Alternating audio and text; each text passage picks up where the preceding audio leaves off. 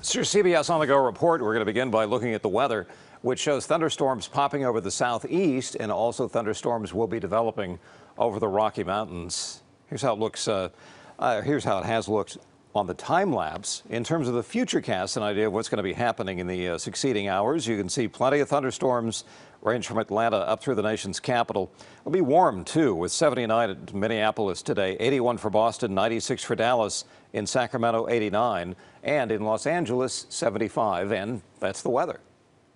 And time now for your CBS On the Go news. I'm Juliette Goodrich. Renters were rallying in Alameda calling for stronger protections against eviction, but landlords say there are two sides to this issue. KPIX 5's Dahlin has both of them. Tell me what you want, what you really want. A vocal crowd rallying for stricter rent control in front of Alameda City Hall. We will win, we will win, we will win. Because losing means going homeless for some of these tenants. No, they didn't give us a reason, just because they wanted us out so that they could double the rent. Fourth-generation Alamedan Julia Balthasard has been fighting eviction since November 2015. A corporation bought the Bayview apartment complex and tried to evict everyone. I desperately looked, and there's nothing I could afford. Julia's on a fixed income. She says the only reason she isn't sleeping under a bridge is because the city council 3 months ago added a no-cost eviction clause to the new rent control ordinance. It's been very stressful. It's been terrible. It's been every morning you're afraid to open your door. What kind of notice is on the door today? We don't feel just. But many landlords are also crying foul. Really trying to level against the big guy, but he's hurting a small person at this time. Like you. Like myself. Lester Cabral relies on his rental units for his retirement. He is supporting 2 circulating petitions. Both would remove the no-cost eviction protection.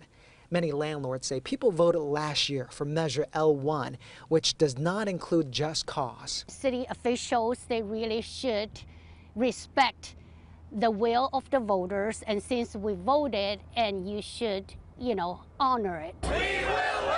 The fight continues. And the fight is dividing the city. More than half of the island's population are renters. They'll likely vote next year on whether or not the city's rent control should include just cause. In Alameda, I'm Dahlin, KPIX 5. On the go sports now. Usain Bolt's final race of his career ending like this. And this was a relay at the World Championships in London. Anchor leg, middle of your screen. The world's fastest man pulled up with an injured hamstring. The Jamaican star limped to the finish line, but what a fantastic career. He still holds several world records and several gold medals.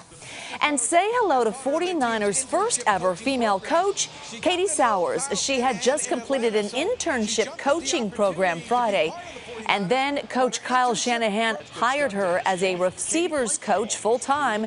She'll be second full-time female assistant in NFL history. I'm Juliette Goodrich. For more on these stories and more on-the-go headlines, visit CBSSF.com.